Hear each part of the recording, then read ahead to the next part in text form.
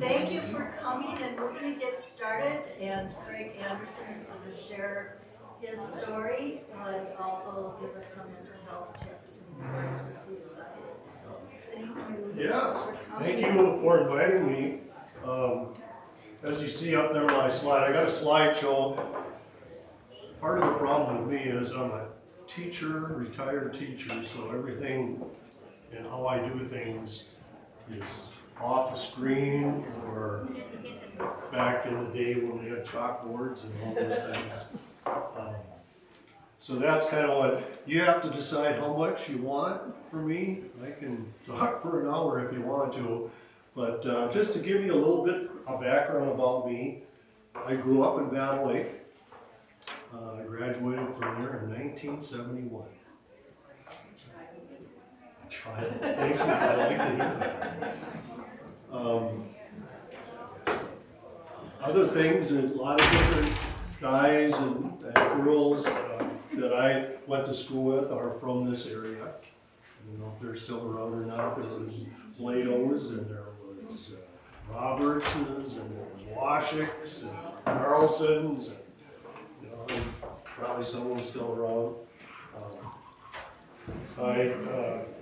In my time at Battle Lake, my dad was the milkman. I don't know if you ever heard of Percy Anderson, but if you looked at the review, he used to be in there.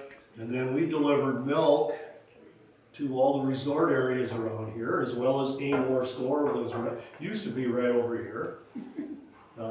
So we went to a lot of different resorts. In the summertime, my job was I had my own truck delivered, so I was out in this area every Saturday and Wednesday.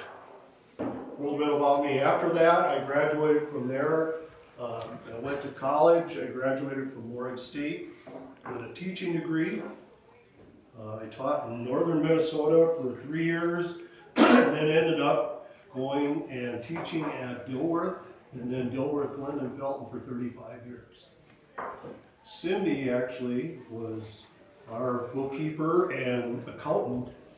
So Cindy and I have worked for many years together, trying to put budgets together for athletic events and all those different things. So that's part of the journey as you go through life. I'm retired now, so I had 38 years of teaching. So once you retire, what do you do? Well, I don't know if you really quit. I still teach the classroom driver's ed program at DGF, so I think we're getting on 43 years of that.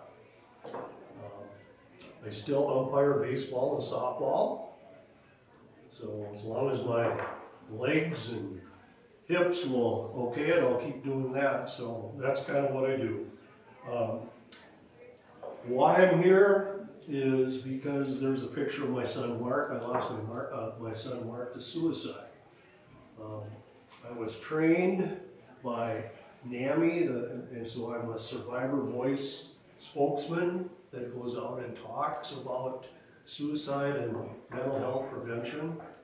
I bet over the years, I probably spoke at 50 to 60 different schools and churches and different areas to try to get a message out about mental health.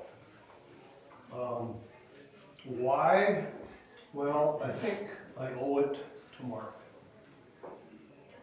You know, back when he died of suicide, I don't know if anybody knew a lot of information. We're starting to get a little bit more out, but really, people don't know too much about mental health.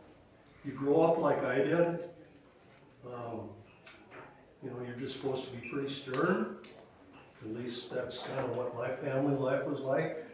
My dad really didn't talk too much about any mental health problems or what was going on. Matter of fact, I don't ever remember if my dad ever said, "I love you." It was always a handshake. And then he'd go, "How are things going?" And I'd say, "Good." And then that was about as much as he got out of him. I don't know how you grew up and how that was, but hopefully I can get a message out that changes that information, and that's kind of what I'm doing here. So let's kind of go through this PowerPoint presentation. Let's talk a little bit about my son Mark. Oh, by the way, I've been married for 43 years, I better say that. My wife Debbie. I have, besides Mark, I have 2 other boys, David and Michael. I have 3 grandkids. They both live in Dilworth. We all live in Dilworth, so we don't get too far away from each other. Mark's story. Mark died April 8th, 2013. He was 22 years old. He was going to M State College, trying to get a degree. When you start thinking about suicide, and you go, well, where and what age groups are open there where there's suicide getting in higher ranges? And I think most of us will start looking around and say it happens everywhere. We think it's teenagers. No, it's not teenagers. Okay, is it young men? Yeah, it's young men, but it's also girls. But guess what?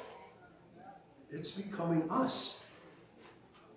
Because what happens with us is we get into patterns where we think we have nothing to live for anymore.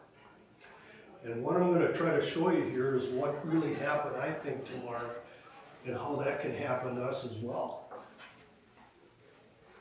What was Mark like? So I think I need to tell you a little bit about him. Type of kid he is. You can see he's kind of a bigger kid. He was always a person, I just wrote some of these things down, that had everybody's back. You know, if somebody was picking on somebody at school, Mark was there to say that's enough. He was one of those guys who always had somebody's back. Around his friends and family, he liked to tell jokes and pull pranks, just like I think everybody did, but he was one of those guys. Take a look at the picture of him. I always remember about his smile. He had a great smile. So he was always smiling. He seemed like a really good kid. He liked to hunt. His brothers didn't like to hunt, but he loved to hunt. Matter of fact, this time of the year we'd be getting ready because we'd be going up to Roseau area and we'd go deer hunting. That's the thing he liked to do. He also liked to fish. He loved coming back here. We still have my parents' place in town in Battle Lake, and I have a little property on the lake there, so we go fishing. Well, ever since he's not around, guess what we don't do anymore? We don't fish and we don't hunt. So he was kind of that person. He was pretty stubborn. I don't know if he got that from me or he got that from his mother. But he was going to do things his way. He didn't like to listen to other people's methods because his way was always the right way. He liked, and you'll notice some of the things, there's a Duke picture up there of athletics, but he loved athletics. You know, he played football at school, he was in the band, those kind of things.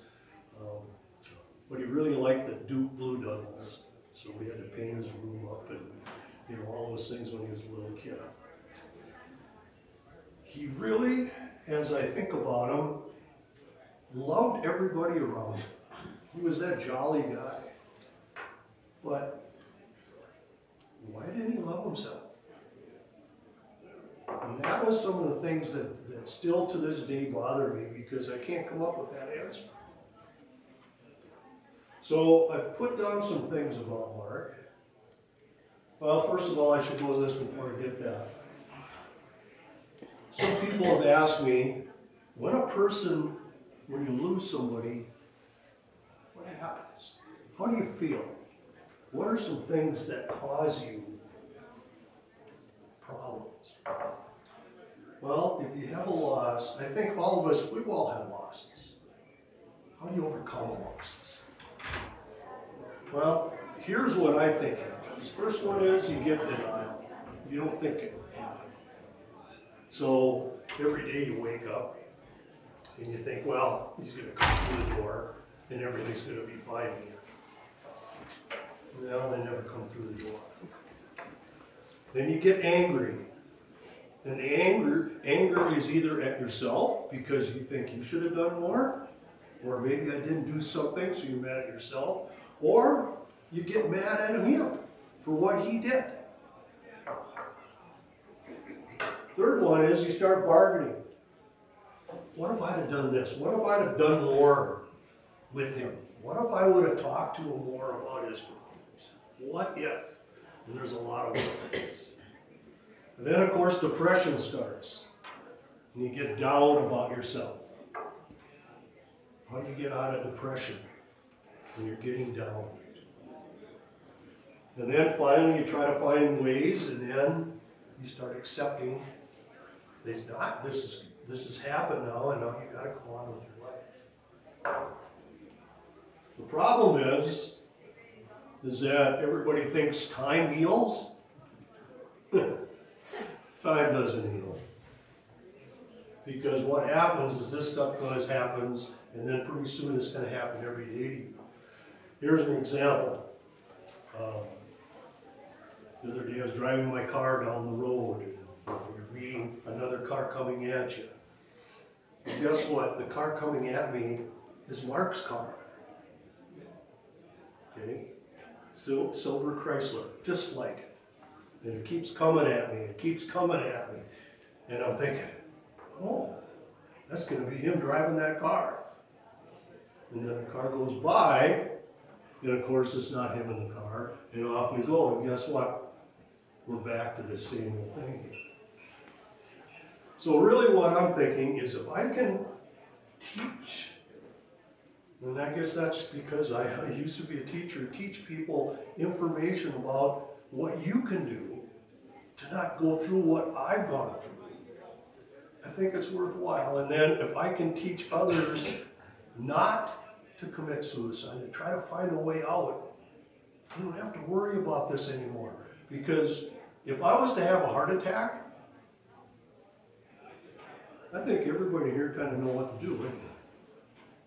Some of you know how to do CPR. Some of you know how to run an AED. Well, what would happen if I said to you, I think I'm going to kill myself? Now what are you going to do? All of a sudden the check marks don't come up, they don't add up anymore, and we don't know what to do. So that's kind of what I'm trying to do here. Here's what I think really happens. When we go through life, we're always exploring ways to keep your identity. And it's going to change. Look at some of you guys, you're kind of my ages, and somebody said you're a little bit older. Well, when I grew up in Battle Lake, I was Craig Anderson. My dad was Percy the milkman. So guess what? I was Percy Anderson's son. Oh, you're Percy Anderson's son. Yep, I was. I knew where my home was. I knew where the school was. I was a happy kid. Things were fun. I knew the guys I was with. Okay, now all of a sudden I graduate from Battle Lake and I go on to college. Well, now I have to build a different identity, but I did. I played some football and I got a degree, so now I'm going on. And now the next step is I'm going to become a teacher. So now when I walk into school, Mr. Anderson. No, I'm not Craig Anderson, or I'm not Percy's son anymore. I'm Mr. Anderson. So my identity's following, so I can move on, and my life gets to be a pretty good life because I've always got an identity. Except when you retire. Now who are you? Grandpa? What else are you? Neighbor. Neighbor? Right. Yeah. See, some of you have already done that because you've moved on. But some people sit at home and don't do anything. They lose that part of it. Now their identity's gone. Well, I'm not the banker anymore. Some of you are probably farmers. Well, I used to farm. Well, I'm not a farmer anymore. Whatever. What are you? You've got to find different things to do. But if you can't, life is going to stop. That's what happened to Mark. A girl came up to me once at school and she said, Mr. Anderson, none of this is your fault. I said, what do you mean it's not my fault? She said, people like Mark and I get into what they call a black hole. And then we feel pain because the pain that we're feeling, whatever it might be, doesn't have any hope anymore. So we fall into the black hole and we try to find our way out. She goes, I've been there just like Mark's been there. And Mark's been there many times more than you even know. I've found my way out a few times. So that's why I'm still here. Mark couldn't find his way out anymore. And that's why he died. He lost hope. So I'm thinking, okay, if that was it, why? What was his reasons why? Well, I put down some of these things here. Was it his looks? I remember one time when he went and got his senior pictures. When he came back and I said, how was that? No big deal. Then the picture showed up and he didn't even like the way he looked. Was that one of his reasons? He didn't like the way he looked? How about grades? Everybody's supposed to be an A student, right? So when he goes to college, and he's 22 years old now, he's going to M-State, what are his grades like? You know, when he's in high school and you're below 18 and younger, parents can look at grades. When you get 18 and older, you can't look at them anymore. But what was his grades? How many of you have kids? Remember grades? What did you get on the test? And pretty soon they don't say too much to you and you go, what did you get? Was C good enough? They said C, is that okay? What happens if they said I failed? What are you going to tell them? You're a failure? See what happens? Next one is siblings. How many of you have siblings? You like to be measured to siblings? He had 2 other brothers. David, boy, what an athlete he was. He was an unbelievably good athlete. Not so much in the classroom, but he could play. Son Michael, his other one, couldn't play a lick. I mean, you throw a ball to him, he probably didn't catch it. But I'll tell you what, you talk about putting him in the classroom, he's a pretty smart kid. So was he trying to measure up to one of those guys? Just like maybe you tried to do? And if you can't measure up, what are you? Failure? Fall in the black hole again? Number 4, not good enough. How good do you have to be? I got a couple of cousins that used to farm down in the south part. They used to brag about, did you get the wheat in or did you get the corn in? And we're already done chopping hay and they're always first, right? Well, how about Mark? He's 22. Shouldn't he be out working now? Shouldn't he be done with school? But he's still trying to get an activity. Or did he even need to go to school? Did I put that on him? He came to me once when he was a senior in football and he said, Dad, I didn't get to be captain. I said, well, yeah, but you're the starting tackle. You're the starting guard. You're playing, you're a senior. Yeah, but I'm not the captain. Wasn't it good enough? Timetable, we kind of talked about that with your job. When are you supposed to be out on your own, working? You ever think about that? We put that on kids. You know, by 23, 24, you better have a job and you better be out doing your own thing. You know, by 30 years old, you better be married and having kids. By 65, we're all supposed to be retired. I don't know if I like that.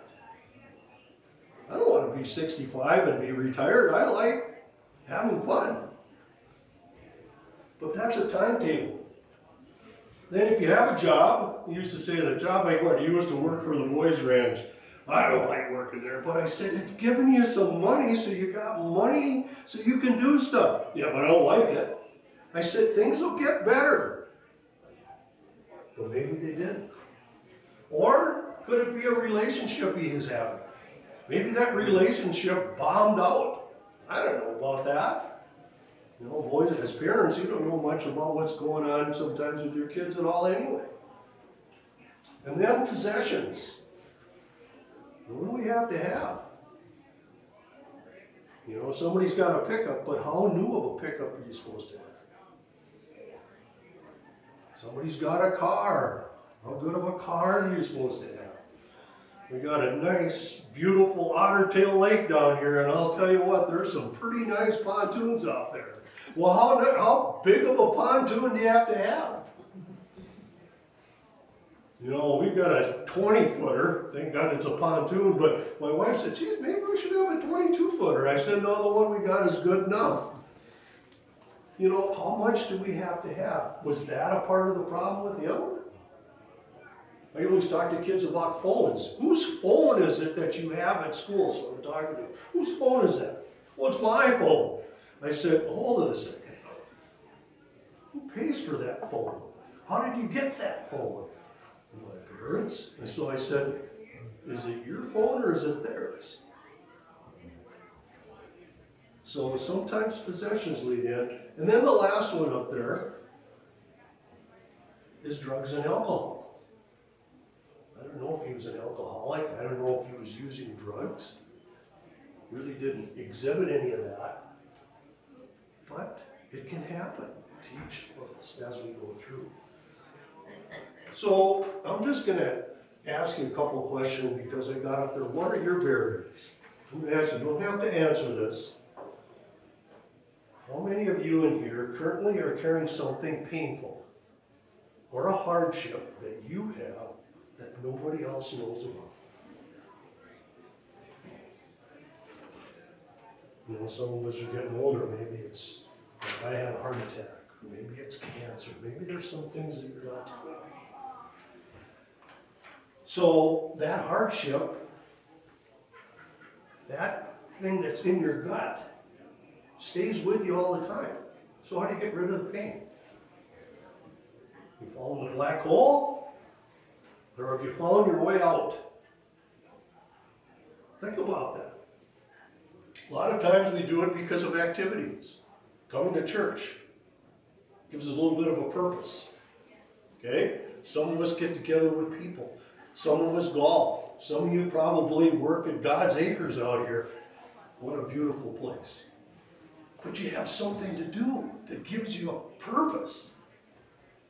Some of us like to go to the bar and drink.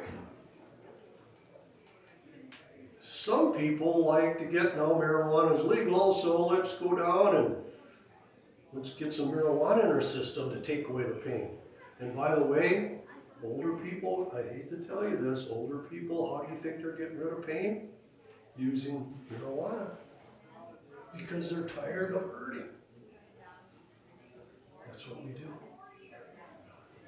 So how do you get rid of it? My dad, I told you, was a milkman.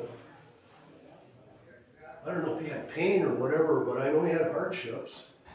He smoked cigarette after cigarette after cigarette after cigarette. He used to get up in the middle of the night and smoke a cigarette. When he was driving around the milk truck, he was smoking a cigarette. Why was he doing that? Did he enjoy smoking? Maybe, but I think it was a lot to deal with what he was dealing with. Well, ultimately, all those years of smoking, what do you think he had? A heart attack. A heart attack that caused him pretty soon he's got respiratory problems, and the same thing happened. So think about what you do to overcome your pain. If you get into situations about worrying and suicide, here are the signs of it. I just have to put this up because this is really what suicide's about. People that are suicidal are going to do some of these things. Number one up there, threats to kill or way to kill themselves. Second one there, they're probably going to use some form of substance abuse. Just like we talked about, they're losing their identity and they have no reason to live anymore. There's no purpose in life. The identity's lost. Some kids are going to do reckless or crazy behaviors because they're not worried about dying anymore. So they exhibit that. Withdrawal from friends and family. They don't want to be around people anymore. If I think about Mark, his comfort zone was down in the basement by himself. don't you sit up here and have supper with us? No, I'm going downstairs. Oh. Sleeping changes. A lot of people don't sleep at night.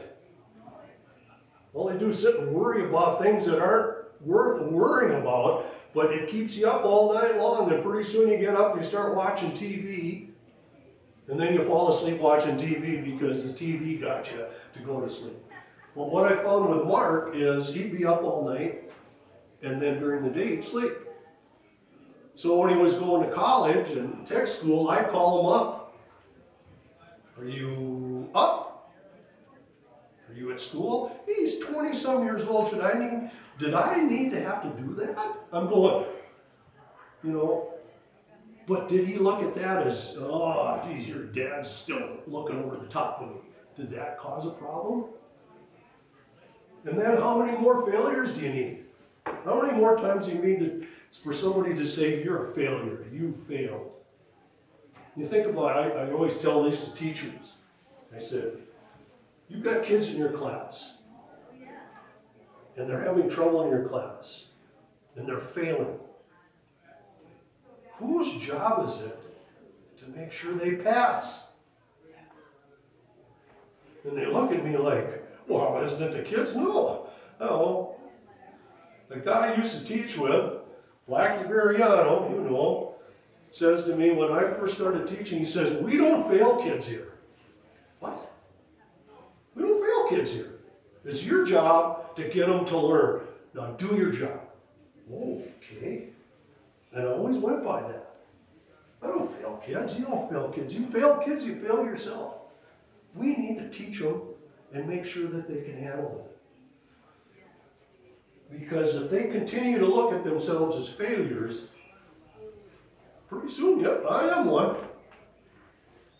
And now going back to what I'm talking about Mark, did I say some of those things to him that caused that? I don't know. Number 9, I put up there, if you think it's a sign, it probably is. But here's the thing about suicide that I think is important. We can. Suicide is preventable.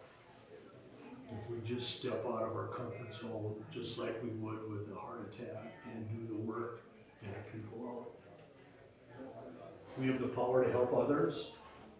You have the power to influence others. And you have the power to help yourself. So, what do you do if you're around a person that's suicidal?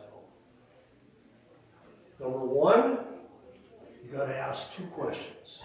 And boy, I tell you what, these aren't easy, but you got to ask them. And you say, well, gee, I don't know if I could do that. Hey, listen, I wish I'd asked my kid that. But I didn't know any different. Now I do. Kids come up to me and they talk to me, and the first thing I said is right there. Do you wish you were dead? No. Okay, now I know that.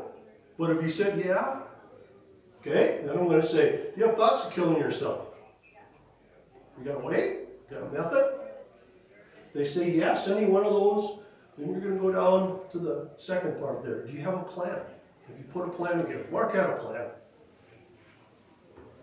He's probably thought about this many, many times. Was in that black hole, found his way out. Number 2, do you have a method? What's your method?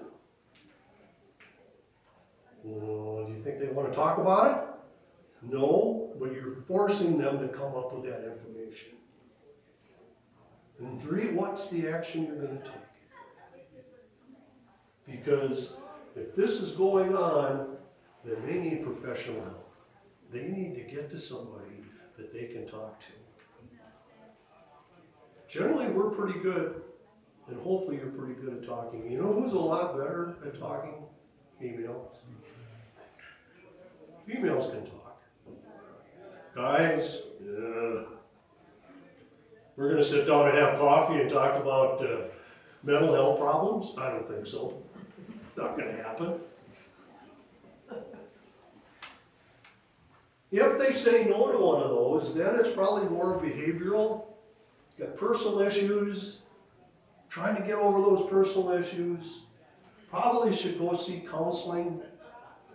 But if you got a person you can visit with, like my wife's got her best friend, they talk on the phone not once a day, not twice a day, about 4 or 5 times a day.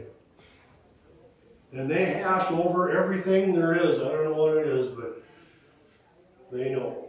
But you got to get some form of counseling. Thank God, you know, here I am, a teacher, a coach, an athletic director. I lose a son. How do you think I overcame that? I went to counseling for over a year because I had issues that I had to break free from. And it took a long time. As a matter of fact, I had to go back to her a couple years ago just to overcome those things. So that's if somebody else is suicidal. How about you? What happens if you're that suicidal person? Well, let's take a look at what it says in the red. Open up. You gotta talk about it. You gotta find somebody you can talk to. Well, we're all not gonna talk to somebody, but there's always somebody there that you can talk to. You know the people you can talk to. Husband and wife, not so much. But there's somebody there that you can talk to. The second one, you got to be honest about it. Don't sit there and say, this is not that big a deal. Yeah, it is a big deal. Talk about it. Number 3, if you're contemplating suicide, discuss the feelings to somebody. You got to ask for help. So where do you go?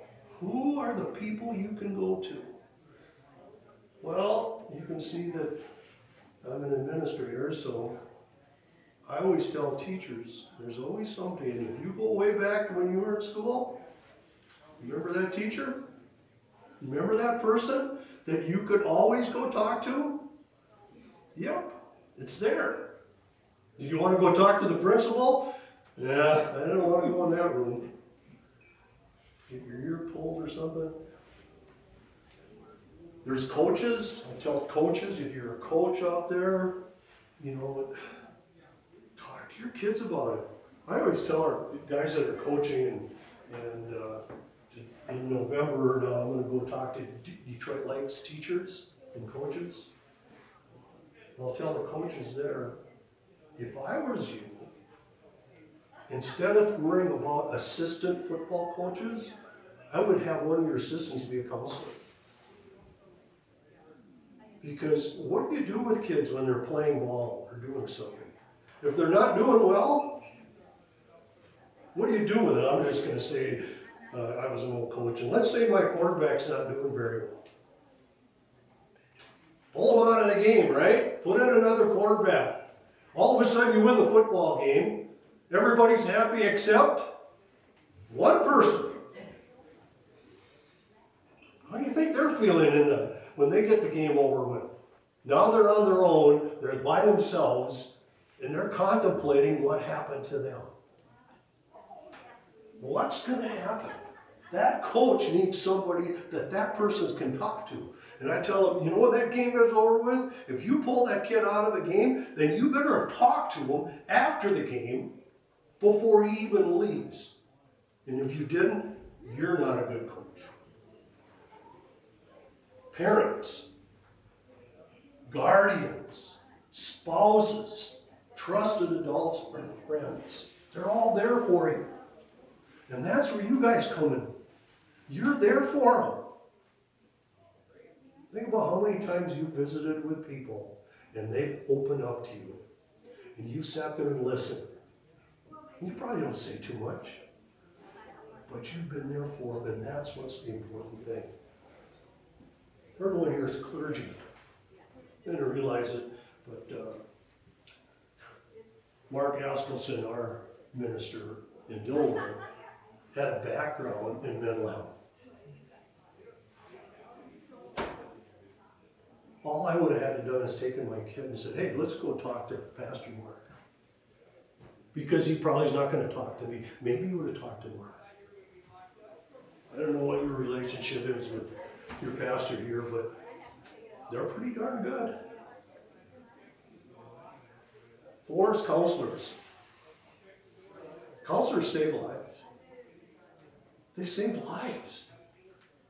Just to get people to open up. And here's one. Good old doctors. Now, I'm just going to ask you a question. When you go to the doctor, because we all go to the doctor, doctors do all the tests, and then the tests come back. Do you actually sit and visit with the doctor? Not anymore. Yeah, it's tough. If you get in a doctor's office, talk to them. Find out. That's your job. It's your body, right? Let's find out as much as we can about how this thing works. I think that's important. But a lot of times we don't dare ask questions. Open up. Is it okay to bring your spouse with you to the doctor so both of you are sitting there? I tell my wife, you stay out of there. I'll talk to him. I'm just fine. I can talk. I don't need you in there. But some people need them. I've got a good friend. That's what they do. They go together every time. And, of course, with suicide, you see it on TV enough. Call 988 or text 741-741. Help is there. Help is there. Whether it's you or you can help somebody, you can help people. We just gotta get out of our seat and quit worrying about whether we're doing the right thing or not. Just do it. And I think it's going to open up a lot. Well, I don't know what time we have. How much more do you want me to talk? I got a few things up there I think that are good because I think I want you to do a couple things if you would, and then I'll let you go. We have social media, right? How many people have your phone? You guys, girls will go, yeah, I got a phone, I use it good. Some of us guys, we don't use it too good. Social media is a good way to connect. Ladies, like I told you, ladies will talk on the phone all the time. Guys, not so much. Some of us guys here, I don't know, do you know how to text? How about go on a computer, get emails, you know how to do that? Okay, so this guy up there says Clint Hurdle. Clint Hurdle is the manager, or used to be the manager of the Pittsburgh Pirates. He sends out 500 text messages every day. Something positive to somebody. Why does he do that? Because he likes to be connected. So I thought, you know something? I can do that. So every day I've got about 75 people. I send a text message out. And then at the end I say, love you. Because back when I grew up, my dad never said, I love you. And I'm going to make sure they know it. So my brother and sister are on there. All my kids are on there. My wife's on there and a lot of other people. And they're going to get love you every day. So now do you want to help help somebody have a good day? If you would, take your phone out. Find somebody on your contacts. Hit that contact. And then all you have to do is put 3 words. I love you. And then send it. You don't have to do any more. It works. God forbid for guys to do that. You wouldn't. I'm going to give you this. I had all the region superintendents. We were in Fergus Falls. So I'm talking, just like I'm talking to you, I said, okay, take your phones out and call. And some did and some didn't. Well, one guy did. And he came up to me afterward and he said, God darn, he said, I wish I'd have done this long ago. I said, what? He said, I text my dad, who's a truck driver. And I said, I love you, Dad. And he sent a text back to me I love you too, son. He said, that's the first time in 19 years we've said, I love you to each other. That's how important it is to stay connected to people. So if you want to do that, it'll work. I've got some books up here. I'm just going to hit a couple of them. This is one. This is Hero. Helping others. This book's all about what other people do to help other people be successful or give them something. Whether it's raising money or dealing with situations or just having something like you do where you have a benefit and you have a spaghetti feed and whatever that money's raised goes to them. But this is what this is about. And then I thought, God's acres. I don't know if you guys are involved in that, but my grandkids, we got to go there at least once or twice a summer because they love it out there. And then when you start taking a look at what's there, it's a great place. You know, the pastor was talking about praying. What a good place to go out by yourself and just sit down and pray to God. What a good thing. So you can do that. The next one, the simple things.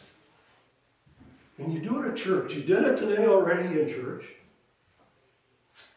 Let's say hi to somebody. So, remember this? That. Shake hands, knuckles, we knuckle people. That's easy to do. Well, then do it. The best one is a hug. My wife says, you just don't hug me enough. What do you mean I don't hug you? And you're smiling over there, you get the same message. What's wrong with hugging? I just tell people this. Just think if my son was here. Wouldn't it be nice just to wrap my arms around that big old guy and say, geez, Mark, I love you, just once. One more time. So do that body language. And then the last one up there is my wife. Chocolates, right? Well, all you ladies know what's going on with the guys don't. So I'm going to give up to the guys.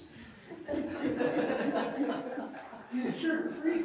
Yeah. Well, you don't have to eat them, but see, you don't even know what's in them.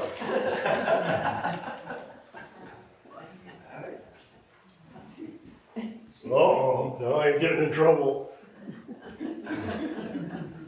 But here's what I want you to do. Open up the wrapper, and this is a great way to start conversations.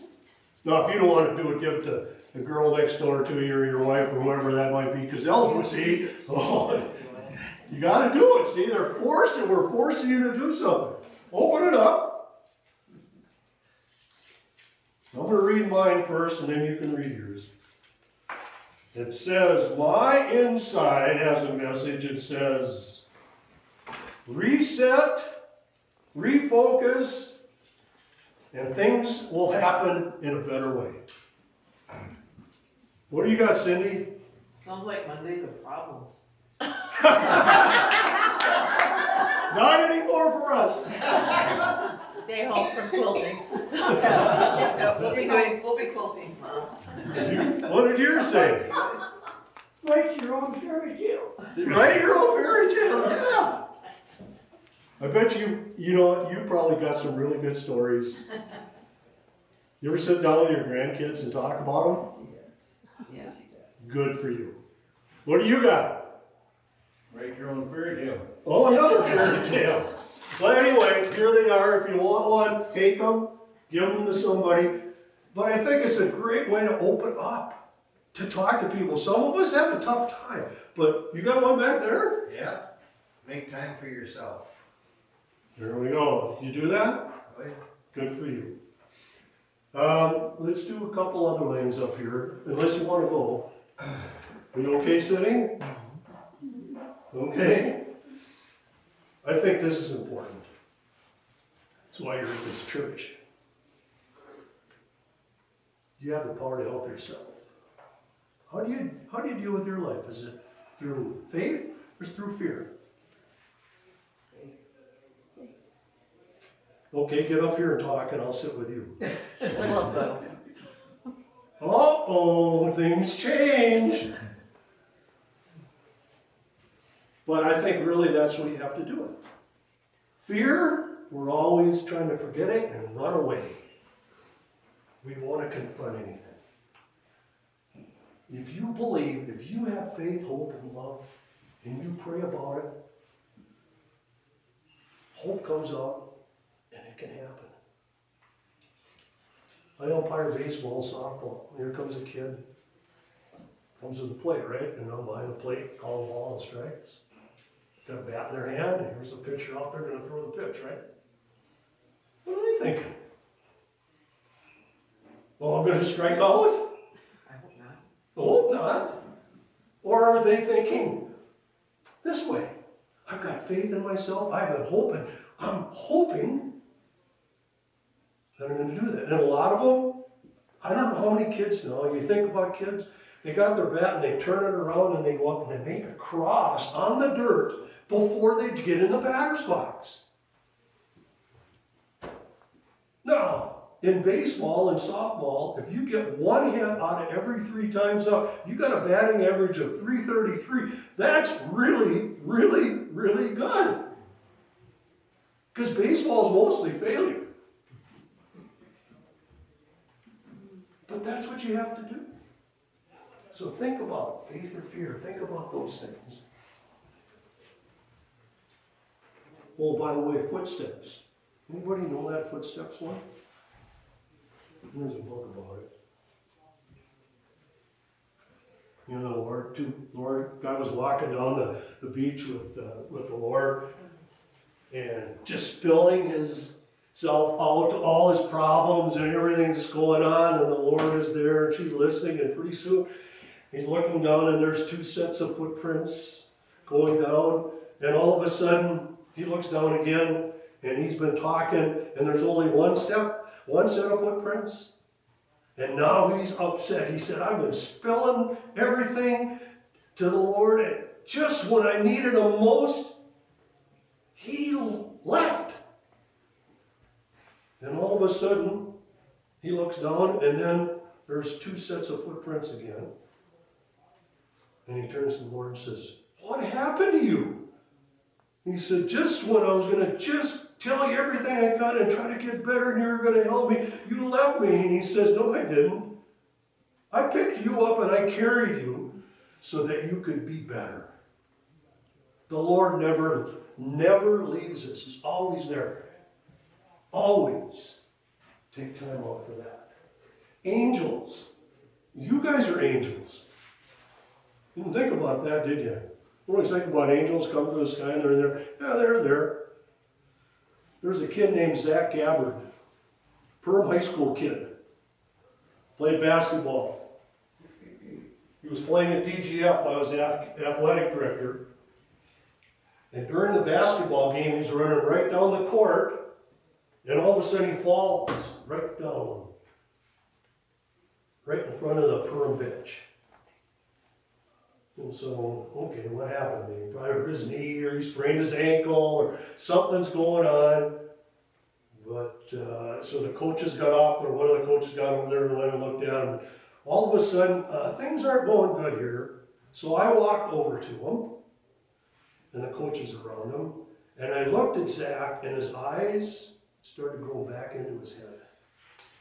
I knew this kid's in trouble. Okay, and we don't have, back then, we didn't have any athletic trainers or any of that. So what are we going to do?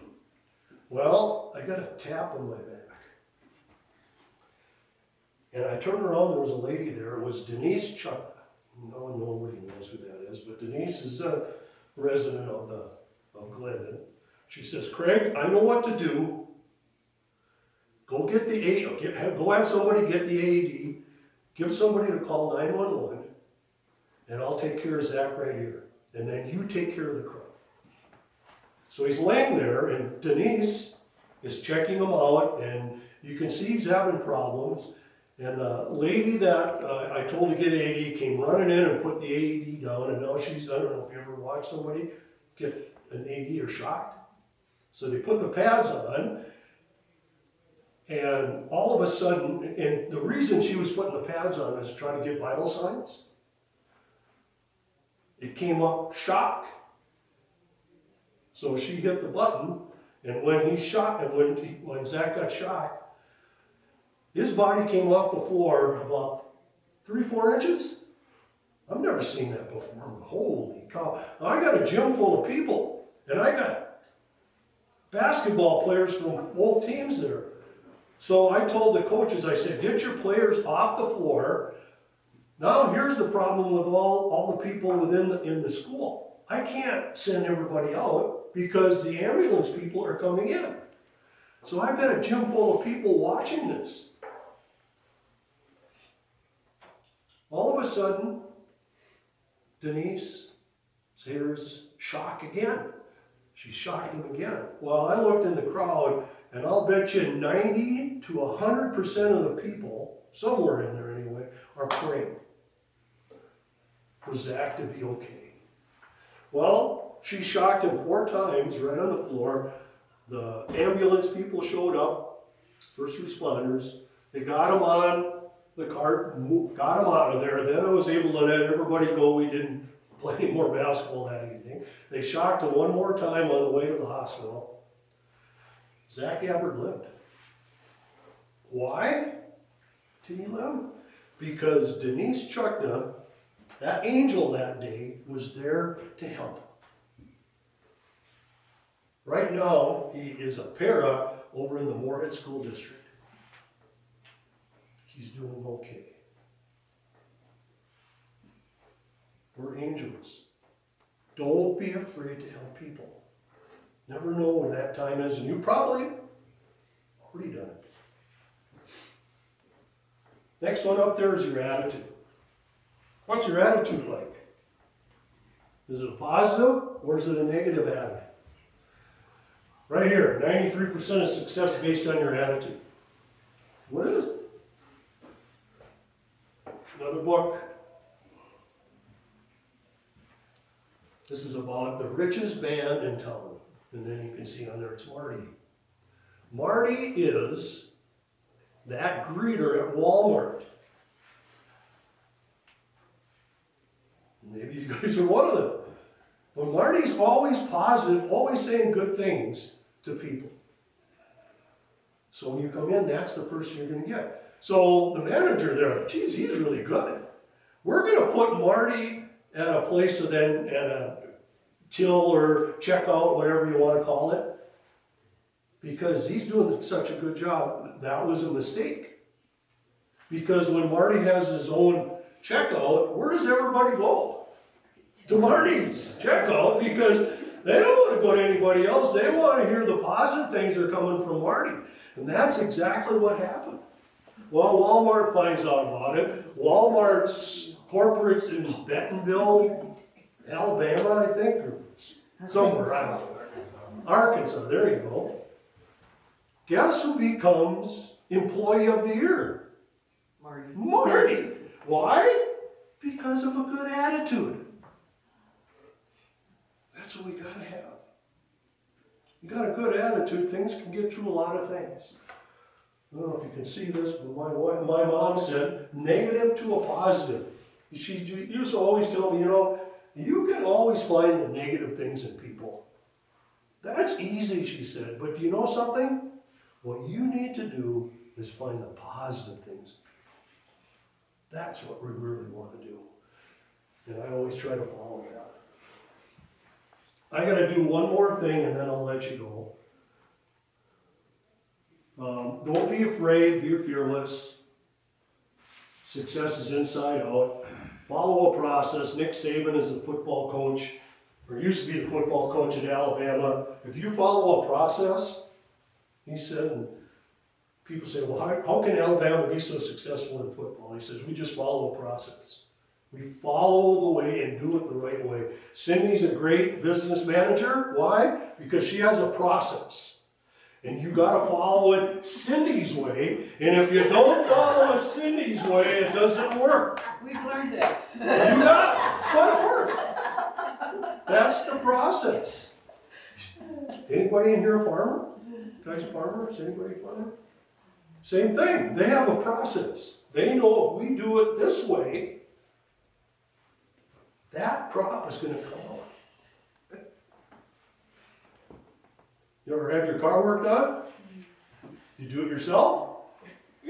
No. So you find a mechanic, right? That has a process to make sure your car is working the way it's supposed to. They follow that. That's the same thing. If you follow people that have a good process, your opportunities to be successful are going to be much better. Right here, just like I told you, always be a friend to somebody.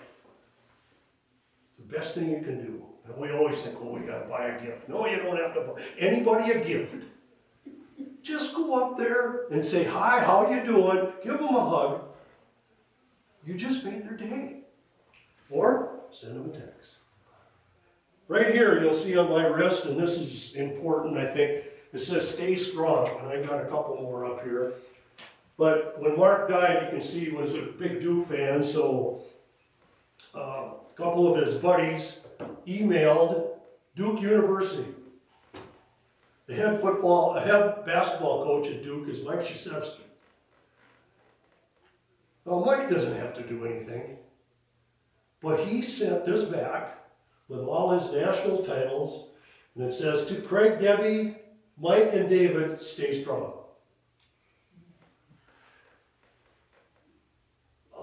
One of the best basketball coaches ever in the nation took time to make our day, to make us feel better. So what we did is we put together bands, and we put Stay Strong in there, and Mark Stemmel's on there. But I got to show you this because this is amazing. I went and spoke at Ada, Minnesota. You're from Ada? No. You're an Ada guy? Yeah. Oh. What's your last name? Boyer. Boyer. B-O-Y-E-R. You know how many games I've umpired at the baseball field there? A ton. So, maybe you know these people. Anyway, if you take a look, this is a national championship game from a few years ago. And you probably don't know anybody, but there's this guy right here. He's from Ada, Minnesota. His name is Mason Miller. I think they are cattle farmers out there, or half cattle or whatever. You know? I knew his grandfather. There you go. There you go. Well, you tell him. Is he still alive? Oh, well, you'll know somebody. We can still tell him. You can tell somebody. We pray well. Here's what happened. This picture was in the forum. You wouldn't know anything about this. But like I told you, I spoke in Ada, and I handed out some bands. He must have got one of the bands.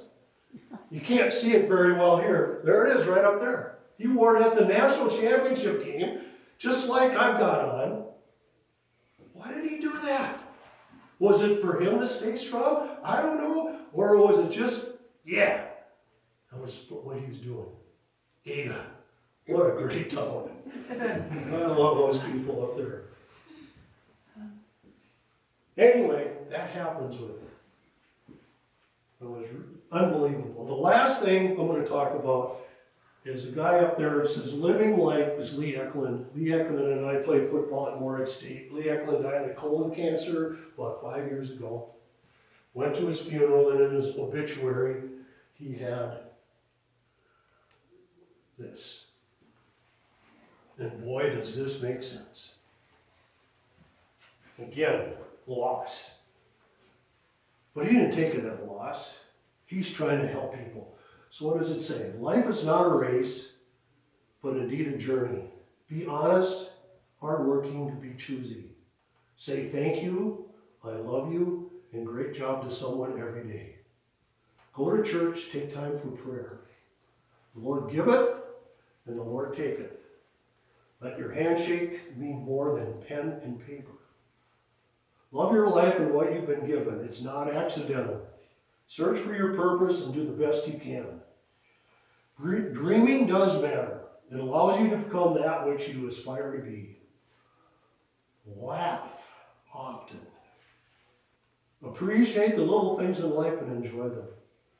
Some of the best things really are free. Don't worry. You don't got them. Less wrinkles are more becoming.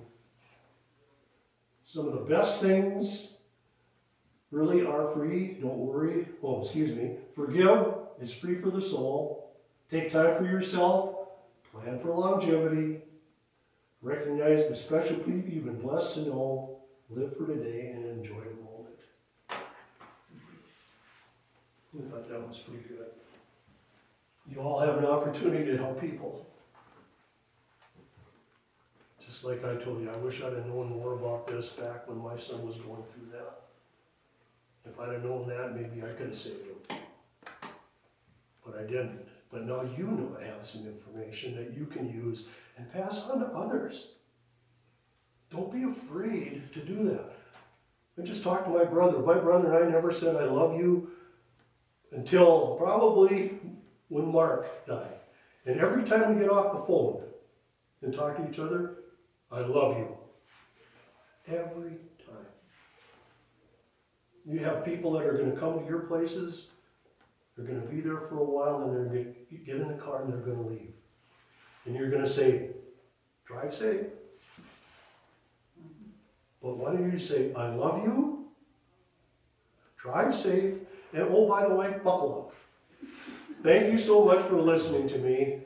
You've been great. If you have any questions for me, please ask. That's what I'm here.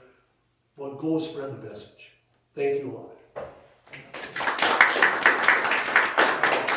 Again, there's some Dove chocolates if you want some more. Yeah, they're great chocolate. All these ladies know, don't worry, they know. But grab some chocolates. Maybe there's somebody out there you can give to. If you want a band, take them. And here's some warning signs for suicide if you want that. Otherwise, Thank you. yes, you can go home and watch the Vikings at least.